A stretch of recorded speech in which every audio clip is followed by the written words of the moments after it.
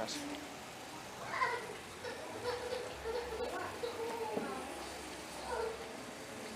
Bien, Dios le continúe bendiciendo a todos, hermanos. Vamos a orar para así comenzar. Amante Dios, Padre Celestial, venimos ante ti, ante tu presencia, oh Dios, reconociendo que tú eres santo, justo, digno de toda alabanza, digno de todo dolor. Eres excelso, oh Padre, eres soberano, oh Dios. Oh Padre, eres digno de toda alabanza de parte de nosotros, Dios, reconociendo nuestras debilidades, nuestras flaquezas, nuestros pecados, oh Padre, delante de ti, pidiéndote siempre que nos purifiques, nos laves, nos limpies con tu sangre poderosa, oh Padre. Agradecidos estamos, oh Dios, siempre tus beneficios, tus bondades, tus regalos para con cada uno de nosotros. Dios, gracias por este día, gracias por este año, oh Dios, y gracias por el privilegio de estar en tu casa, oh Dios. Gracias, oh Padre. Te adoramos, oh Dios. Mira, Padre, te presentamos la exhortación de tu palabra, oh Padre. Que no sea yo el que hable, Dios, eso jamás quita mis palabras, mis conocimientos, mis intenciones, oh Dios. Y que sea tu palabra, Dios. Abre nuestro entendimiento, abre nuestros corazones, oh Dios. Ayúdanos a entender y a vivir tu palabra, oh Padre. Te lo rogamos, oh Dios, en nombre de Jesús. Amén. Bien, Dios le continúe bendiciendo.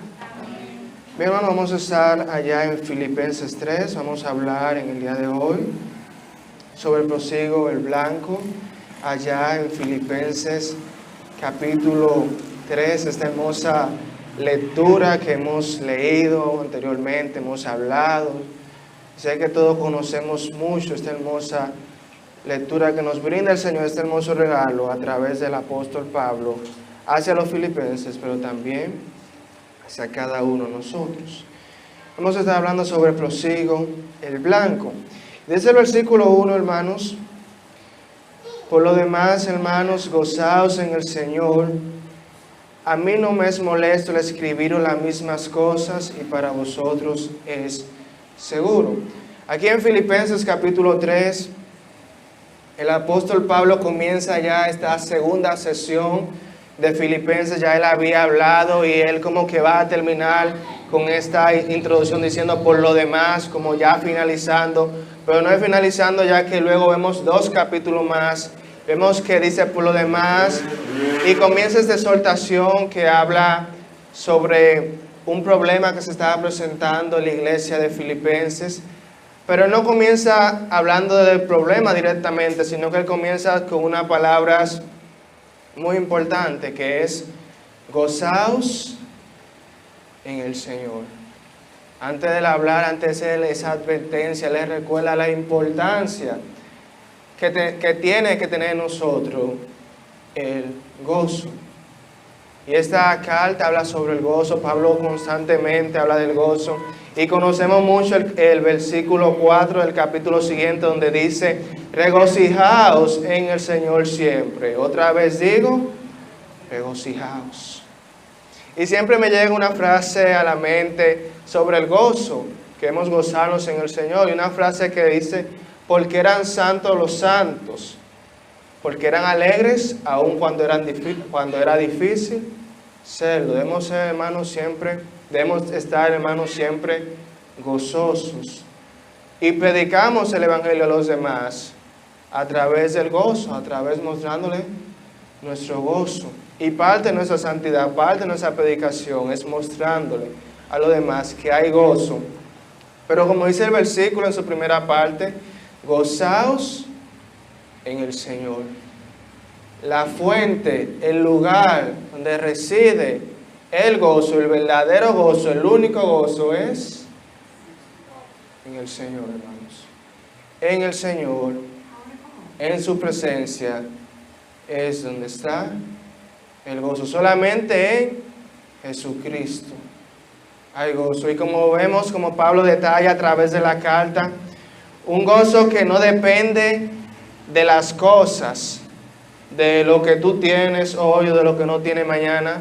Ese gozo que habla aquí no depende de las cosas, de las posesiones, del dinero, del carro, de algún bien material. Ese gozo no depende de las posesiones. Ese gozo tampoco depende de las personas. No depende del hermano, del amigo, del familiar, del esposo, del pastor, de un amigo, no. Un gozo que tampoco depende de las circunstancias. Bueno, me está yendo bien, estoy feliz. Me está yendo mal, estoy triste. Este gozo depende de quién, hermanos. De Dios, de Jesucristo. Y por lo cual, este gozo no puede desaparecer, porque la única manera de desaparecer es que nos quiten a Dios. Y es imposible. Dice la Biblia en Romanos, nadie nos podrá separar del amor de Dios. Entonces este gozo debe ser inherente, debe estar en cada creyente. Cada creyente debe estar gozoso, eso es lo que dice la Biblia. Pero este gozo, hermano, viene cuando el creyente pone su mirada, cuando el creyente pone su mente en Dios. Podemos ser salvos y no experimentar el gozo, lamentablemente. Pero ¿por qué? Porque el gozo, como dice más adelante, ya en el capítulo 4, verso 8, verso 9, y como dice el mismo capítulo donde estamos leyendo, en la parte final, en el verso 20, ese gozo depende de donde tengamos nuestra mirada, ese gozo depende en lo que pensemos, depende de nuestra mente. Si nuestra mente está en las cosas terrenales, hermanos, lamentablemente nunca vamos a estar gozosos. Si nuestra mente, como dice ya los versos finales, 18 y 19, si nuestra mente solamente está en las cosas de aquí, como dice el 19, la parte final, la parte donde dice, el fin de los cuales será la perdición, cuyo Dios es el vientre y cuya gloria es su vergüenza, porque solo piensa en lo terrenal, mas vuestra ciudadanía está en los cielos, de donde también esperamos al Señor, al Salvador, el Señor Jesucristo. Si tenemos nuestra mirada en las cosas de la tierra, no vamos a experimentar el gozo. Pero si tenemos nuestra mirada en Dios, en su gloria, en su venida, vamos a experimentar gozo. El gozo se encuentra solamente en Jesucristo, en su presencia. Y un ejemplo de esto es Pablo, porque Pablo, hermanos, sabemos que cuando escribió esta carta, Pablo estaba preso. Pablo estaba pasando una situación muy difícil, estaba preso, estaba pronto a ser juzgado, es decir, o podía ser libre, o podía ser puesto muerto, lamentablemente, condenado a muerte. Y aún Pablo en esa circunstancia, y no solamente prisionero cerca de un juicio, sino que también vemos que había algunas personas llamándose creyentes, pero que estaban atentando contra la iglesia, haciéndole el trabajo de Pablo un poco más difícil, a una situación tan difícil, esa situación tan compleja. Pablo no solamente está gozoso, sino que escribe a los filipenses, exhortándoles ¿a qué? A que se gocen el Señor. Hermanos, debemos siempre, hermanos, regocijarnos y mostrar a otros el gozo del Señor, mostrarle al otro la bendición que tenemos al estar en Cristo, la bendición que estar en Dios. Pero Pablo no solamente hace esta exhortación en el verso 1, sino que en los siguientes 10 versos hace una advertencia a esta iglesia. Los versos 2 y 3 dice, guardaos de los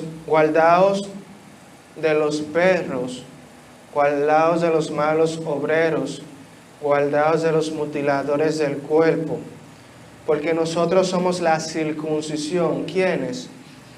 Los que en espíritu servimos a Dios y nos gloriamos en Cristo Jesús, no teniendo confianza en la carne. Pablo les exhorta a estas personas, a esta iglesia, a esta gente, a sus hermanos, a guardarse de algunos maestros, algunos creyentes, entre comillas, que pervertían el Evangelio.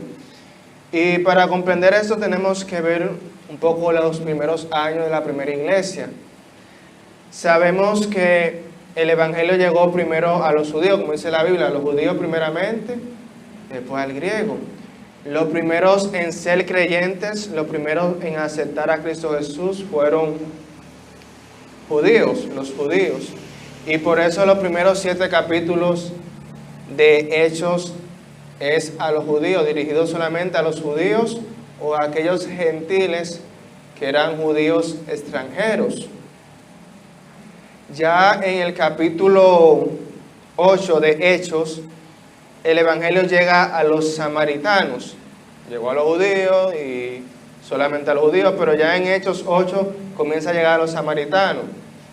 Esto no causó tanto revuelo porque los samaritanos eran en partes personas judías con personas extranjeras, en una mezcla. Pero cuando Pedro fue a los gentiles en Hechos 10, cuando vemos que Pedro va a los gentiles y le predica el evangelio, Dios le habla a Pedro en Hechos 10 y predica a los gentiles, vemos que pasa algo bien interesante. Es que se creó un alboroto. Pedro fue llamado a cuenta para explicar sus actividades. En Hechos 11 podemos ver. Y después de todo, los gentiles habían sido llamados a ser creyentes sin haberse hecho antes judíos. Y esto era algo nuevo para la iglesia. Pedro lo explica y como que todo comienza a calmarse. Estas personas judías se sorprenden porque era algo como nuevo para ellos, que los gentiles, aquellos extranjeros, por primera vez comienzan a escuchar el evangelio y comienza a aceptar a Dios. Era algo nuevo para ellos, era algo totalmente nuevo para la primera iglesia. Pedro le habla y les dice que fue Dios quien lo dirigió a predicar a los gentiles y de pronto ya como que hay una calma. Llega esta situación, se presenta, Pedro habla en Hechos 10 y le habla de que fue el Señor que lo mandó, que le envió a predicarle a los demás y todo como que llega a la paz. Pero ¿qué pasa? Luego viene Pablo, guiado por el Espíritu Santo, y comienza a ministrar a los gentiles. Vemos que Pedro en Hechos 10 fue el primero que abrió la puerta para que se le predicara a personas que no eran judías. Y Pablo sigue su ejemplo y en Hechos 14 comienza con su primer viaje misionero. Esto, hermanos, creó un alboroto nuevamente. Había muchos judíos que estaban opuestos al ministerio de Pablo y fueron a Antioquía enseñando que era necesario que los gentiles se sometieran a reglas judías antes de ser salvos.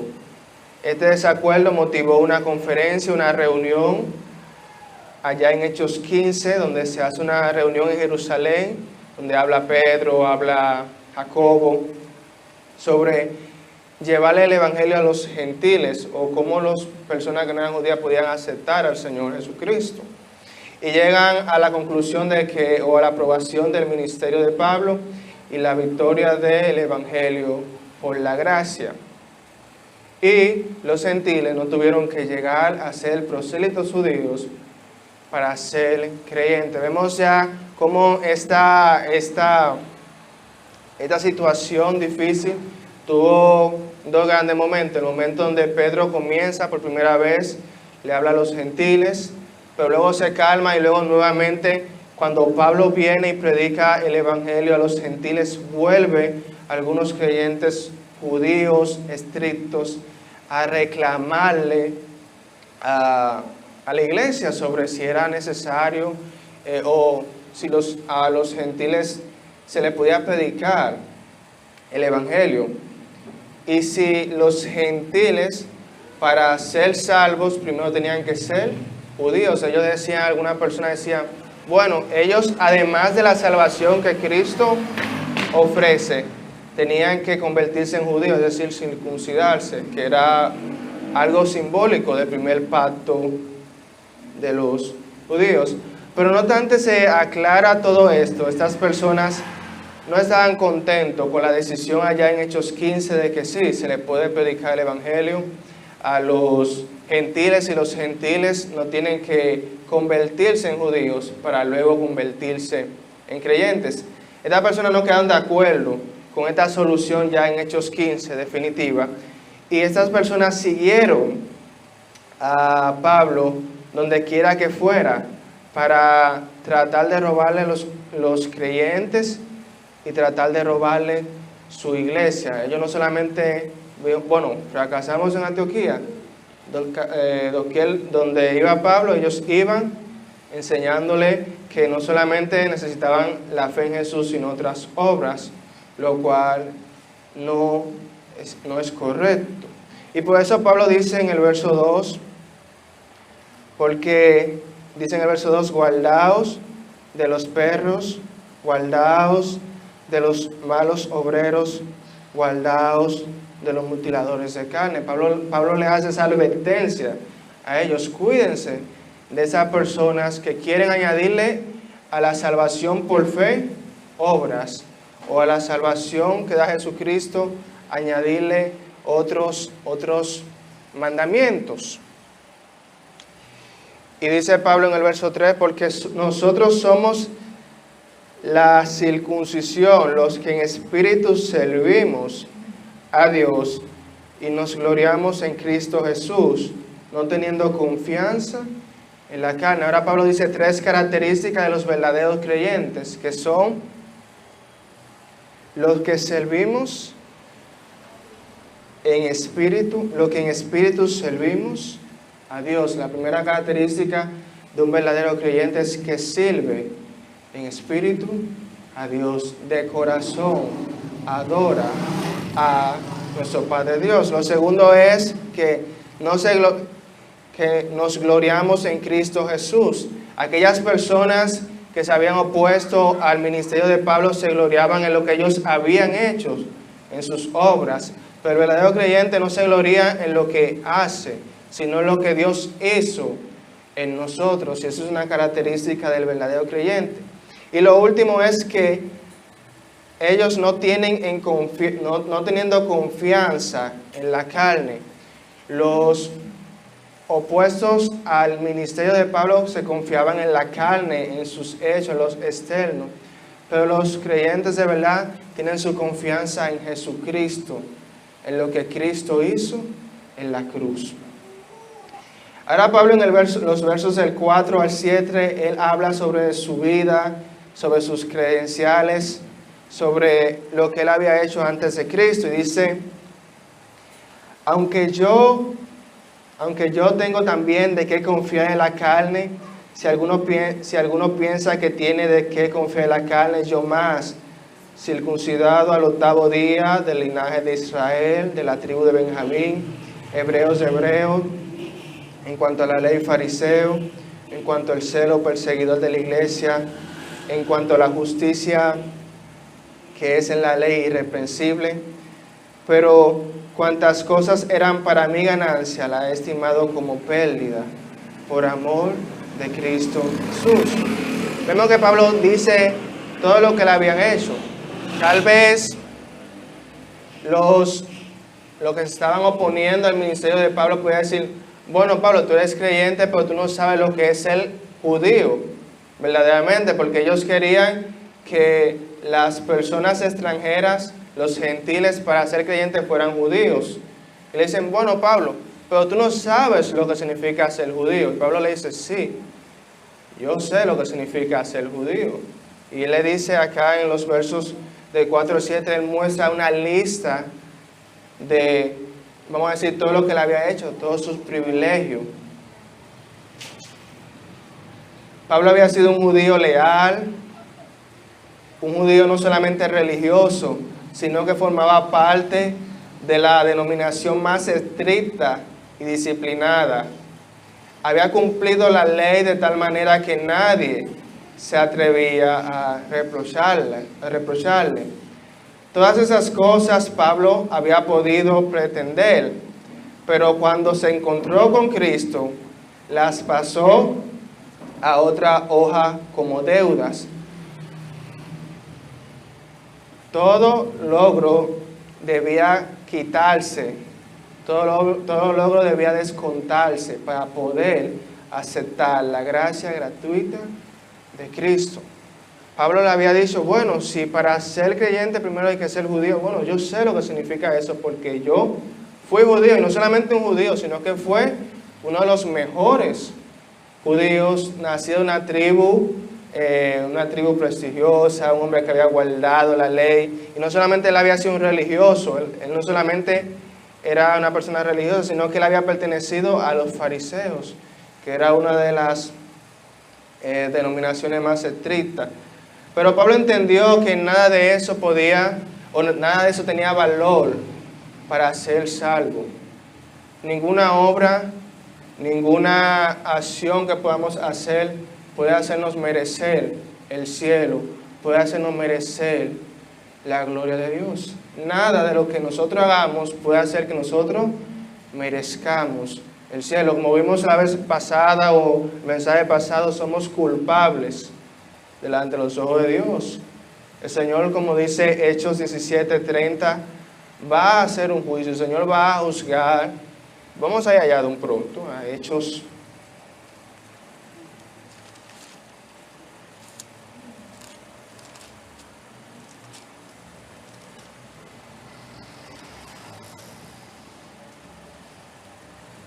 30 y 31. Hechos 17, versos 30 y 31.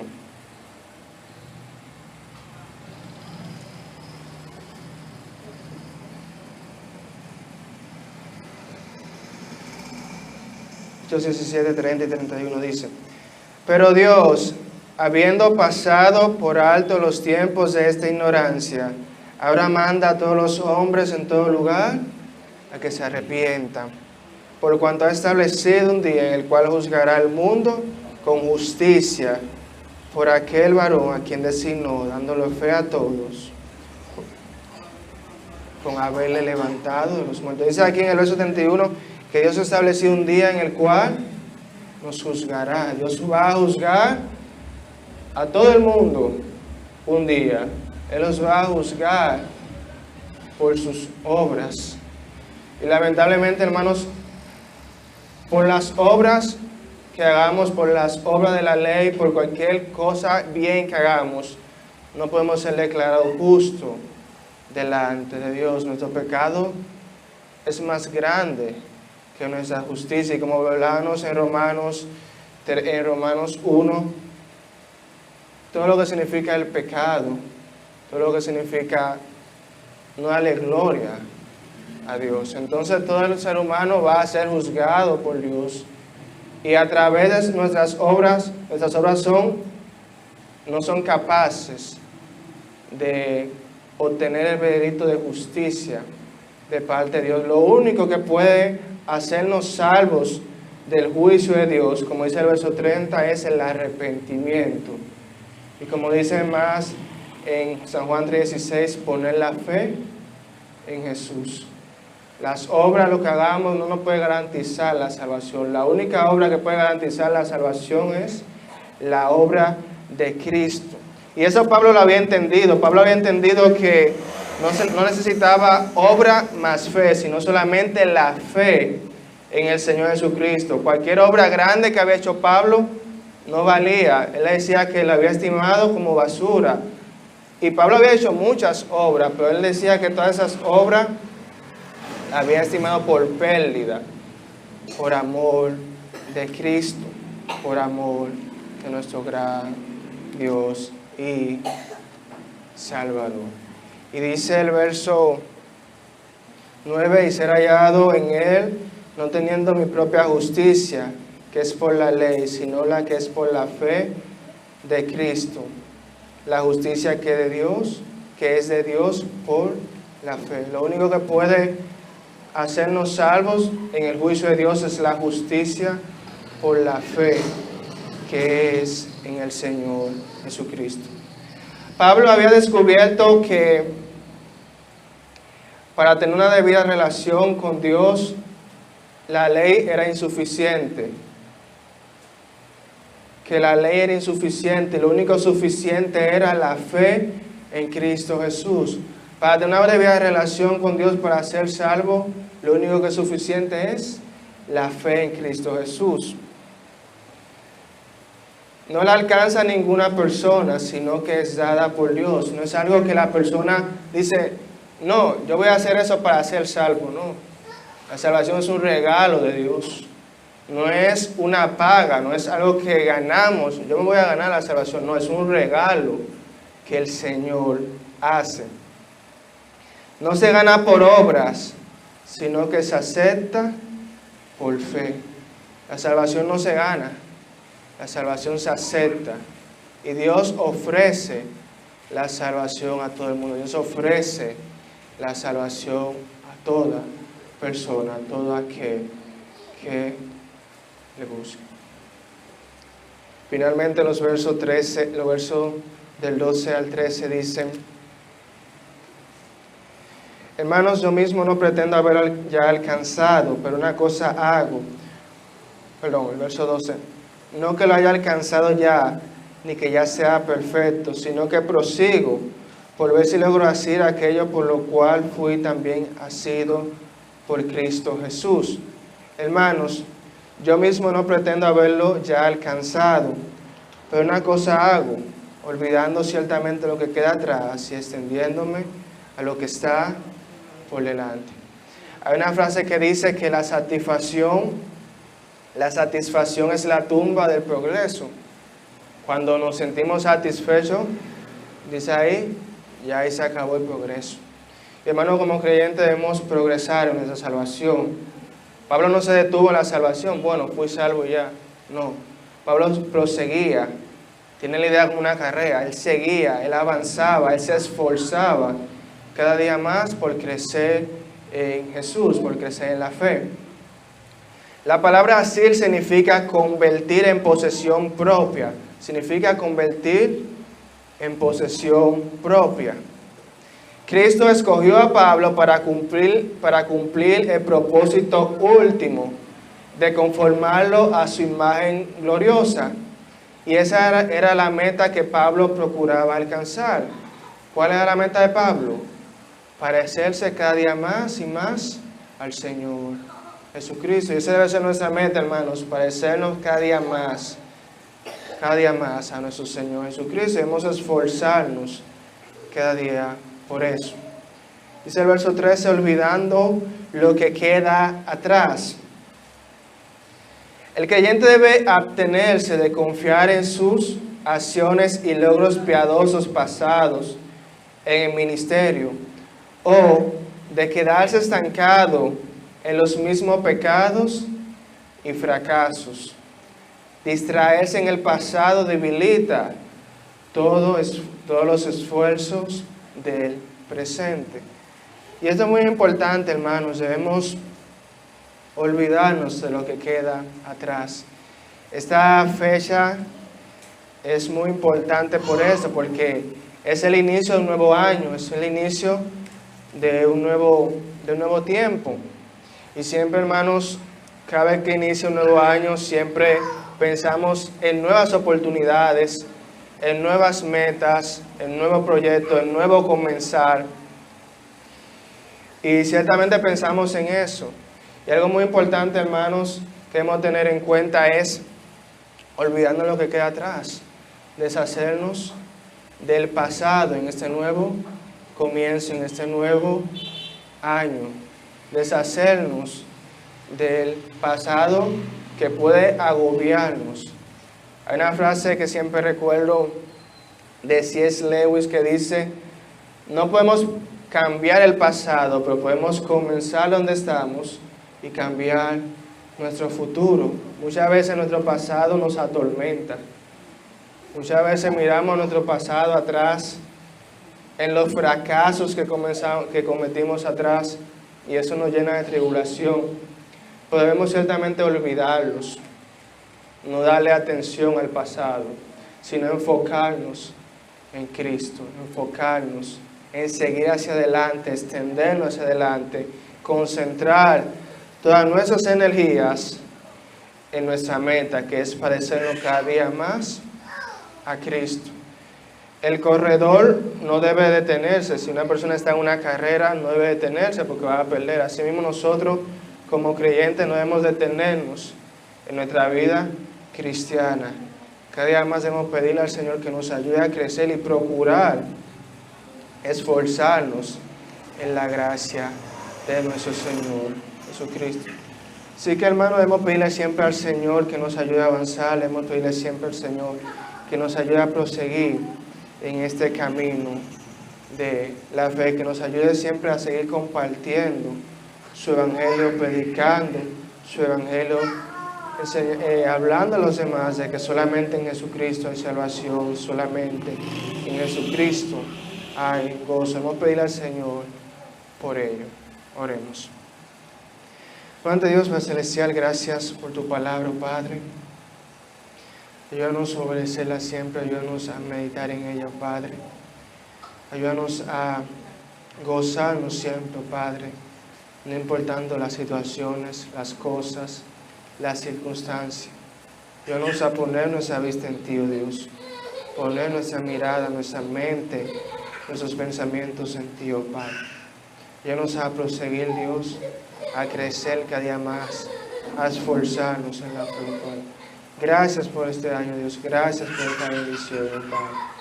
Ayúdanos, oh Padre, a bendecir tu nombre siempre, a honrarte. En nombre de Jesús. Amén. Dios le bendiga a todos.